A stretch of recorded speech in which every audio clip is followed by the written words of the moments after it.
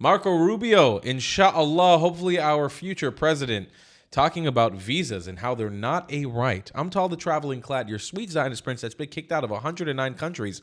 So I'm in the 109 club. You can be too by getting the merch down below in the description of thetravelingclad.com. And let's watch this clip of Mr. hopefully future president Marco Rubio. Two questions, Mr. Secretary. Iran is pursuing a nuclear agreement with the U.S. that it says would deliver economic benefits for both sides. Is that acceptable for the U.S., even if it doesn't cover Tehran's ballistic missile program?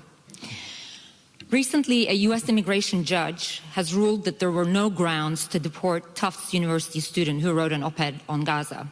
A second judge said using deportation as a threat violated the First Amendment rights of people like her, because those rights apply to foreigners. What is your response to that? And Mr. Prime Minister, I just wanted to follow up on the China angle. Secretary just spoke about balancing relationships. You've been pushing a lot for more Chinese investments in Hungary. How will you make sure that that does not create a problem in your relationship with Washington? Thank you. Yeah, on the two questions you asked, first of all, on the particular case of the student, look, my job at the State Department is if I identify someone who I believe is present, someone who's a visitor, a guest to the United States, and we identify that their presence in our country poses a threat to our foreign policy, to our national security, we're going to take that person's visa away. We're going to take their visa away. That's what we're going to do. We've done that in a lot of cases over the last year. We've done it. Fact is that, visas are not a right. I've said this repeatedly. I don't know why it's so hard for some to comprehend it, so let me repeat it again. A visa, no one's entitled to a visa. There is no constitutional right to a visa. Okay, a visa is a permission to enter our country as a visitor. If you enter our country as a visitor, and as a visitor in our country, be it a student, a tourist, a journalist, whatever you want to be, and you undertake activities that are against the national interest and national security of the United States, we will take away your visa. In fact, if we knew you were going to do it, we probably wouldn't have given you your visa. That's what we do. The decision to remove someone from our country after we take away our visa, that belongs to other agencies of our government. As far as judges are concerned, judges, that's a different branch of government. They're not going to tell us how to conduct the foreign policy of the United States.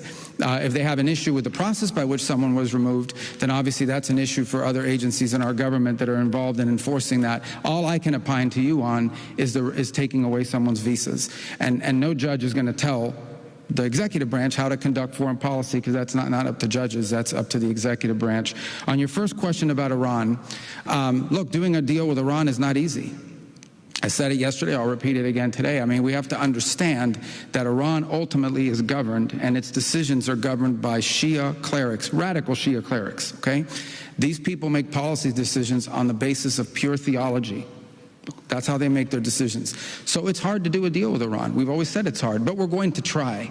That's what the president is trying. I'm not going to prejudge those talks. I'm certainly not going to negotiate with Iran here in front of the press and on the stage. Our negotiators are on their way there now.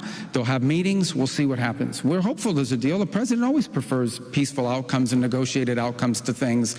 He's a president that's shown his willingness to talk to anyone and meet with anyone.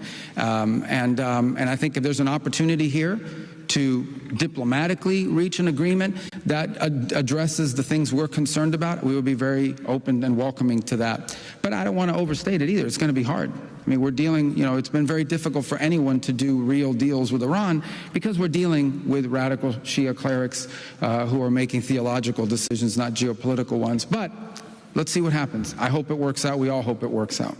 So both two very interesting updates, both on the visa situation and on Iran. I do think it's become abundantly clear to all of us, right? I don't think anybody's confused on this, that they're definitely going to strike Iran. There's a reason they're moving so much firepower into the Middle East. But let's talk about a few things. One, let's open up the conversation on how remarkably refreshing is Marco Rubio. He's almost like taken the hardline stances of Trump and the unapologeticness of Trump and now packaged them into a person I could really say like, hey, that's my president.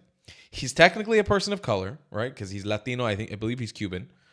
He's Caribbean, born in South Florida, born in Miami.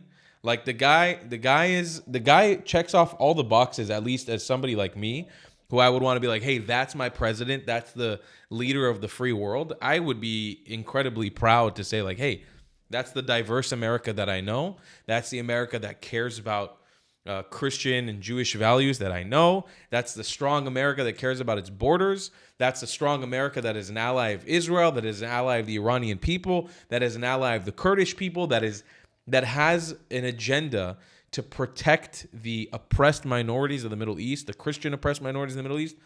I love it. Like that's a guy I could get behind as president. I really could.